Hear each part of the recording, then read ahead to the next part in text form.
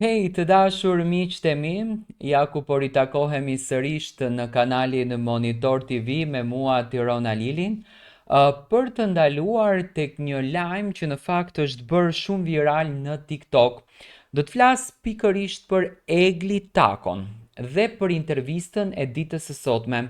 Në një pjesë të intervistës, Egli foli për këngën, për projektin e ri që po e sjellën, do me thënë një videoklip që është duke u xhiruar, është një balad fantastike që me patjetër do të na përqafon të gjithëve dhe do ta shijojmë pafund baladën të Eglit dhe këngën e saj të bukur që do të sjellën te publiku shqiptar, por në një moment teksa po fliste për këngën dhe për suksesin që pati me Angelo Koçi, një kantautor i ri por edhe një artist i mrekullueshëm, Bledi i tha Eglit që po të shkëlqejnë syt. Po të shkëlqejnë syt? Në ç'kuptim po të shkëlqejnë syt? Po të shkëlqejnë syt nga dashuria, po të shkëlqejnë syt nga emocioni, apo ka diçka që lidhet?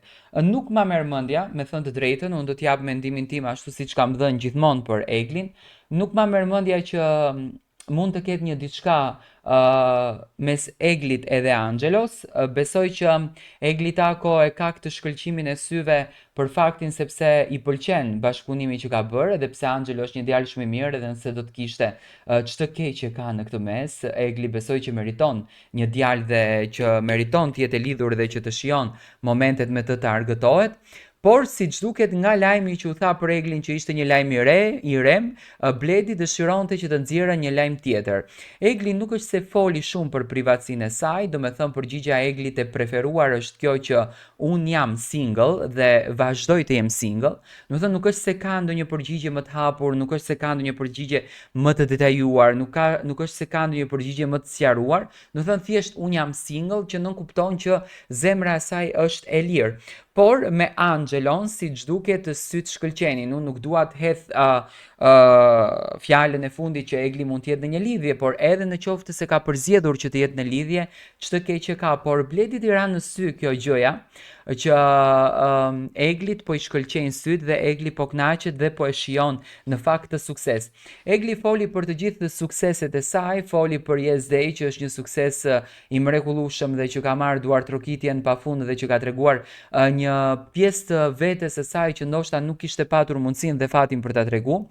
Foli për këngën e re që shumë shpejt domethënë e kemi në tregun muzikor që do të hidhet në kanalin YouTube të Eglit. Bëhet fjalë për një këngë solo këtë herë, nuk do ta kemi me bashkëpunim, nuk do të jetë një bashkëpunim i radhës nga ana e Eglit. Mendoj që dhe publiku e kishte të nevojshme të dëgjon një këngë solo, ku më pas domethënë flet edhe për eksperiencën e saj në Top Channel, ndoshta e la të hapur këndin e mundësisë për një opinioniste në Big Brother, pse jo, unë në fakt do të kisha dashur ta shikoj Eglin në krah të Arber Hajdarit sepse do të ishin pole shumë interesante, dhe foli edhe për akuzat të cilat bëhen kundër drejt Eglit duke prishur imazhin e saj, por që kemi një mundësi të mirë që Eglin ta shohim në krah të një djalit që mendoj që ajo e meriton që të jetë, sepse normal që Egli do t'ja beson zemrën dhe do t'ja beson veten dikujt dhe do t'ja beson shpirtin dikujt, dhe në këtë rast e shohim më së shumti në krahët e Angelo Koçit.